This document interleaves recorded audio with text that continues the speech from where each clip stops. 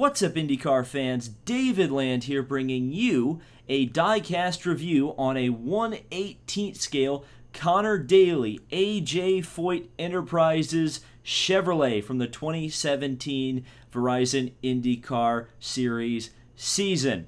At the time you're watching this, if you're watching this on day one or just as it's been released, shout out to you, first of all, you notification squad beautiful people. But the reason I am uploading an ABC supply car review is because today that I'm uploading this is the day of the ABC Supply 500 at Pocono. And at the time that this was uploaded, I should be, all things, fingers crossed, knock on wood on all that good stuff, I will be wandering around the paddock area at Pocono Raceway and preparing for a great 500 miles of IndyCar action. So to celebrate, I decided to review this diecast. Now, I didn't buy this diecast specifically because I would be reviewing it on the day of the ABC Supply 500. I bought it because this is the first and possibly only Conor Daly 1/18 scale car we may ever get. So this was definitely an opportunistic buy for me because I really think this is a cool looking car. Obviously, it looks great on the Chevrolet Aero Kit. You can kind of see the new packaging for 2017.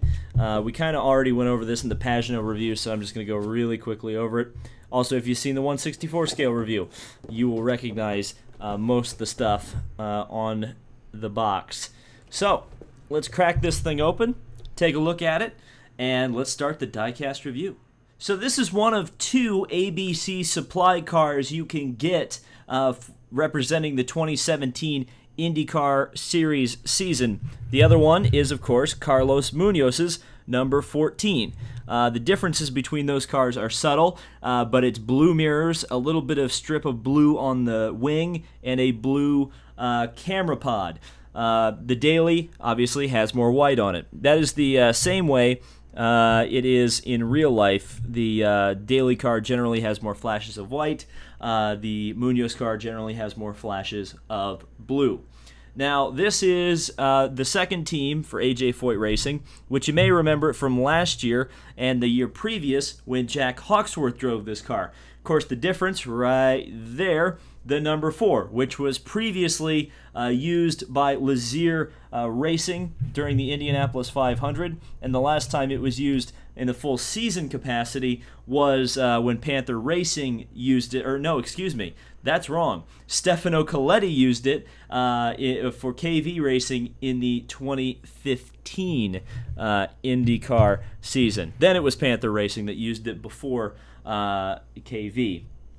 But yeah, this is the first time we've gotten an accurate aero-kitted AJ Foyt car. Previously to that, the team ran Honda engines and aero kits, and of course we didn't get new aero kit diecasts until this year. So the Foyt fans have been out of luck for accurate diecast until this year. Of course, as we're almost to the end of the season at this point, we can kind of shed some perspective on the ABC supply team, and it hasn't particularly been all that great, unfortunately. They've just not had a very good year between Munoz and Daly. There have been some flashes of brilliance, but certainly I think both Munoz and Daly seem to do much better in their previous teams, that being Dale Coyne Racing for Conor Daly, and then Andretti Autosport for Carlos Munoz. Just really unfortunate how everything's kind of turned out this year. You'd hope they get a second chance, but there's some rumblings that maybe one or two of them are going away next year. So that's a bit of a shame, but whatever. As you can see, this car is based on the road course kit. So this blue strip of blue underneath the 4 actually isn't there on Daly's actual car when he runs the oval kit, which this is based on. The red top is actually there. I actually misspoke in my 1/64 scale review of this, that it was the blue that's not there, not the red. The red top on the bumpers is still there. But this is just a wonderful mold.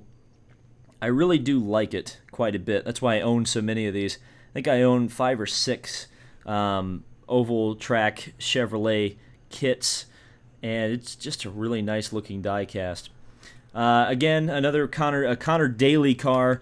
That's something very, very unique. I'm really glad we ended up getting one for sure, because when you get these drivers who generally don't get diecast, I like to get them. I like the small teams. I like the underdogs. It's kind of fun to have a collection of cars that aren't just the Ganassi guys and the Penske guys. And if you're doing a NASCAR comparison, I guess you could say the Hendrick guys and the Stewart-Haas guys. You get everybody in there. So that's just a quick diecast review. There's not a whole lot else to say about it. I guess I'll put the 164 into frame here for those of you guys who didn't see my 164 scale review. There's a little bit of hair on there. Of course there is, because there always is. So there you go. There's the size comparison. What do you think of that? That's the difference in scale, and it is quite a large gap, that's for sure. It's kind of funny. You can actually, let's play with perspective here. Whoop. There we go. See, we blew 164 scale car up to 118, and back again, and back again. So yeah, not much else to say about this, except for I will ask you in the comments, have you picked up this 1/18 scale car? Are you a Conor Daly fan? I know there's a couple of people in the comments that I always see, like there's a Conor Daly Cup Series. I know I've seen him, and I think there's a few other Conor Daly fans out there. So let me know if you've picked this up or planning to pick it up. Might be a good purchase down the line if Conor Daly really starts to take off in his career.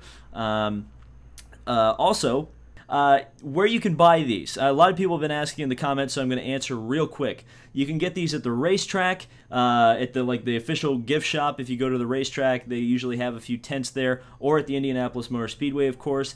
You can also get these online. There's a few retailers like Toronto Motorsports, gutswear.com as well. That's where I bought mine.